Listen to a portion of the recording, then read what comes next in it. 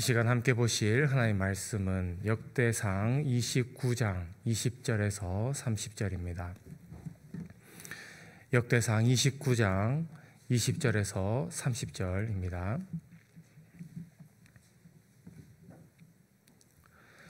교독하시고 30절 함께 읽도록 하겠습니다.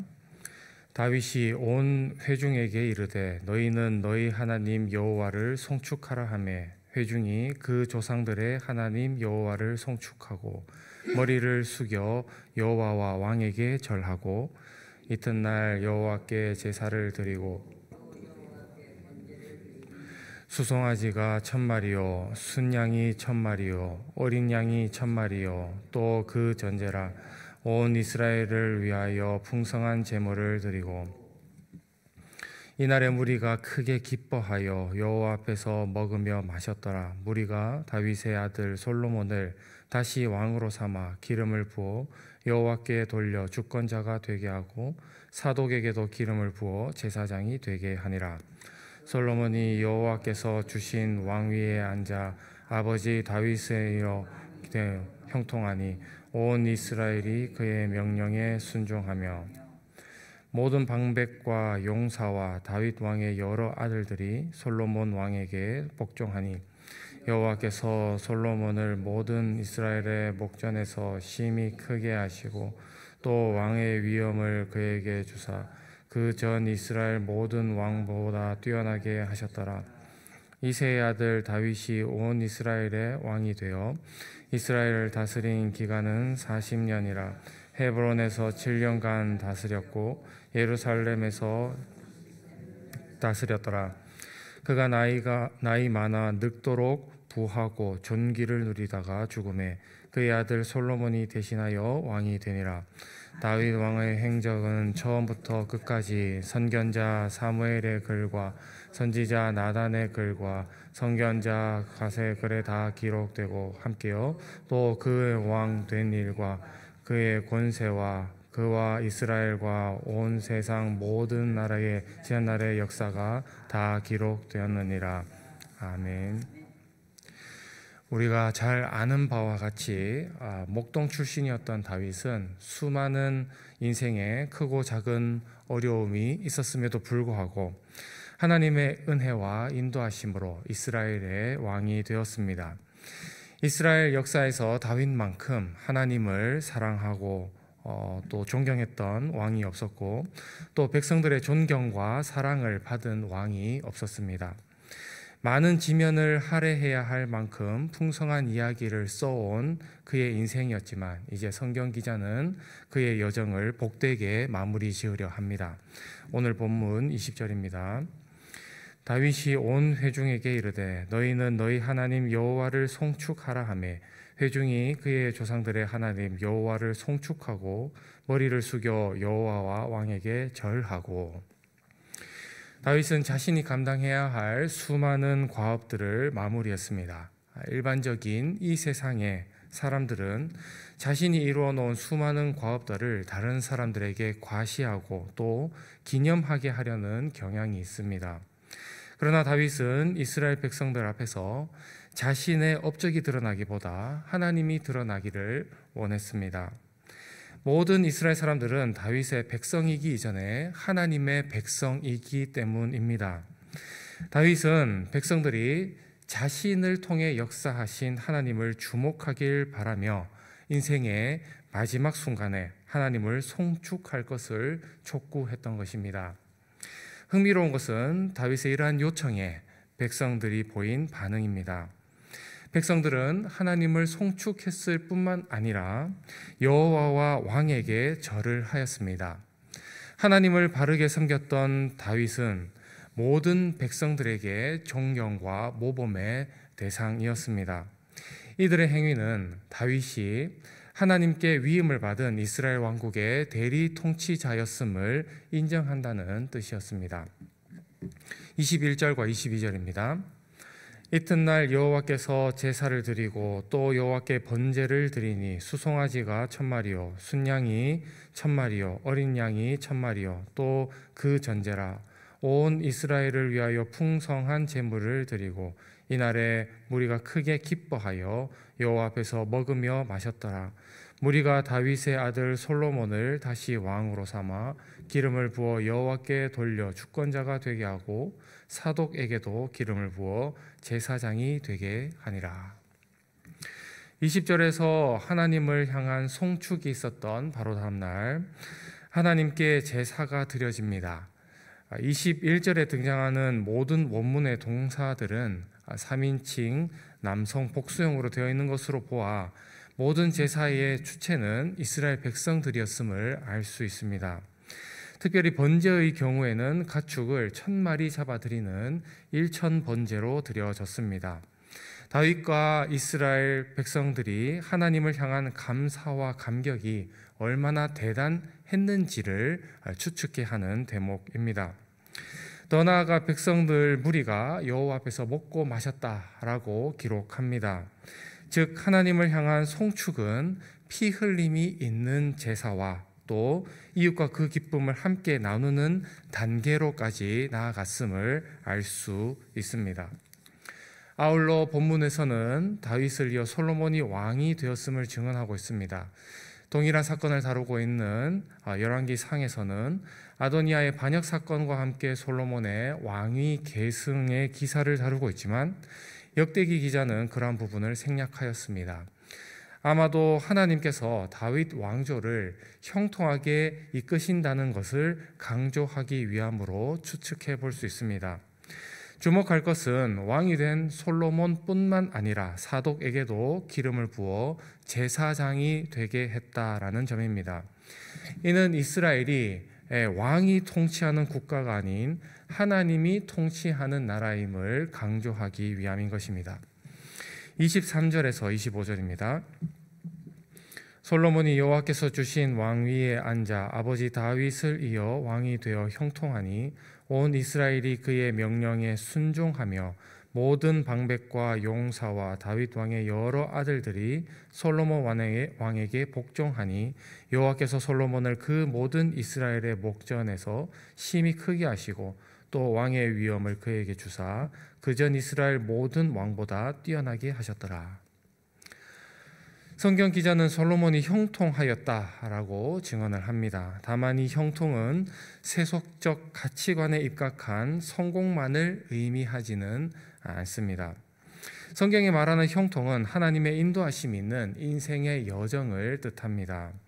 나의 삶이 비록 비참하고 또 고단할지라도 또 세상이 보기에 어리석고 미련해 보인다 할지라도 하나님께서 손잡고 계시다면 그 사람은 이 세상 누구보다 형통한 인생을 살고 있는 것입니다.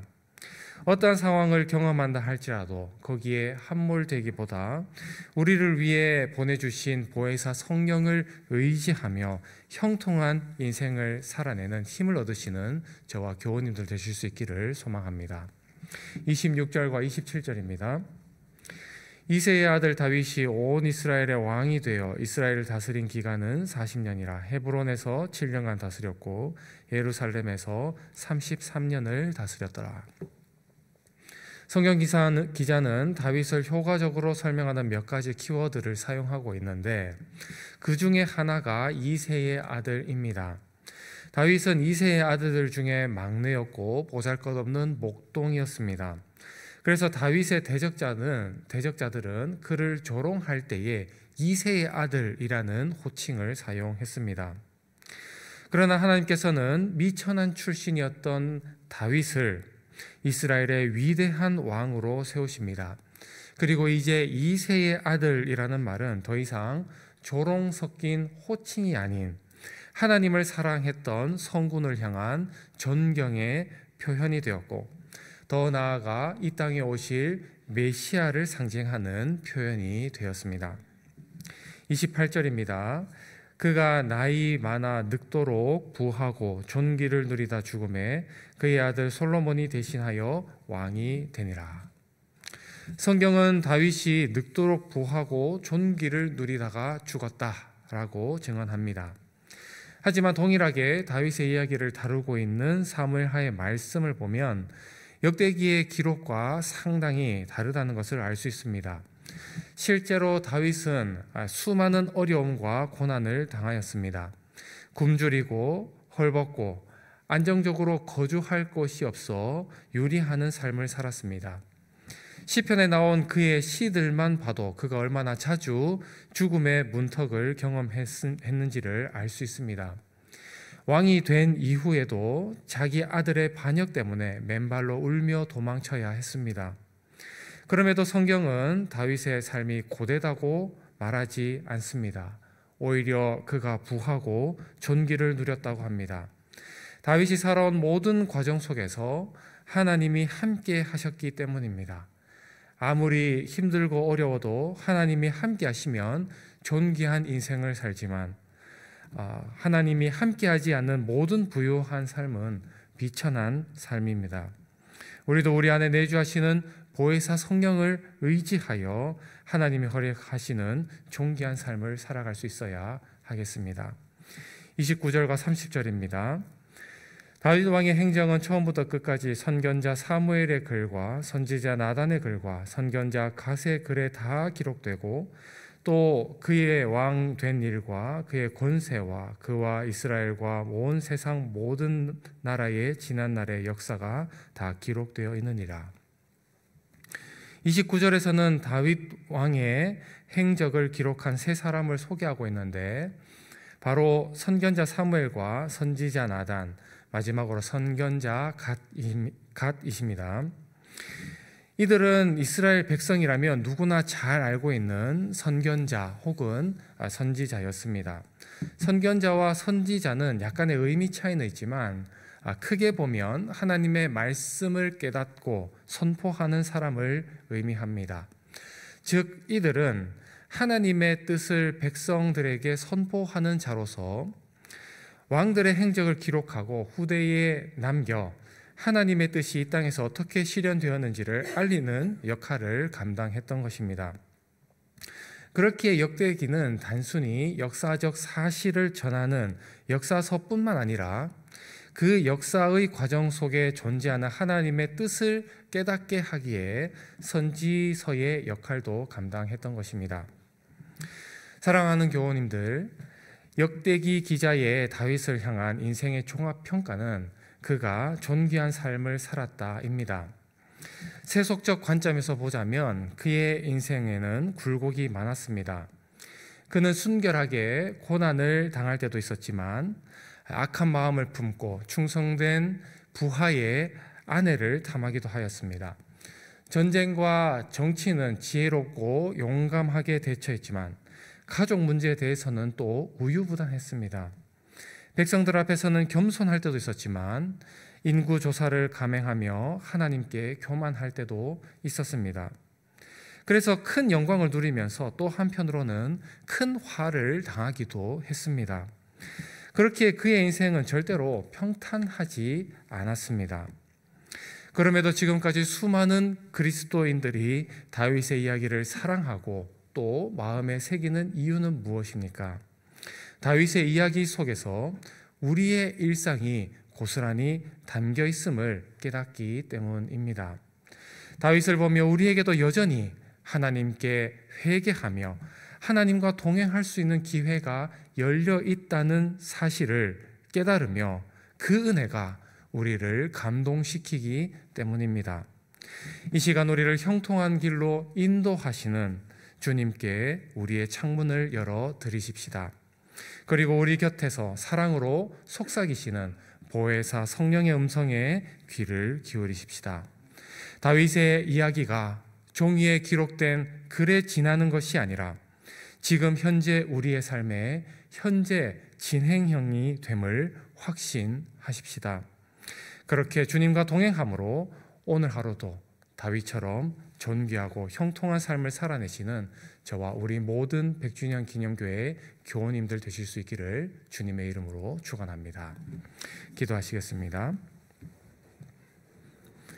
사랑과 은혜가 풍성하신 아버지 하나님, 역대기의 결과론적인 평가와 달리 그 과정 속에 무수히 많은 사건과 사고와 굴곡이 다윗의 인생에 있었습니다. 그럼에도 그 과정조차도 다윗이 하나님을 바라보며 하나님께 회개했을 때 그 삶이 형통한 것이며 존귀한 것임을 깨닫습니다. 오늘 우리의 삶이 당장은 안개 낀 것 같고 어두운 터널을 지나는 것처럼 느껴진다면 다윗과 함께 하시어 그를 형통케 하신 하나님을 온전히 나의 하나님으로 믿는 믿음을 허락하여 주옵소서. 그리하여 하나님과 사람 앞에 존귀한 삶을 살았다 평가받으며 귀한 생명의 통로의 역할을 감당하는 우리들 되게 하옵소서.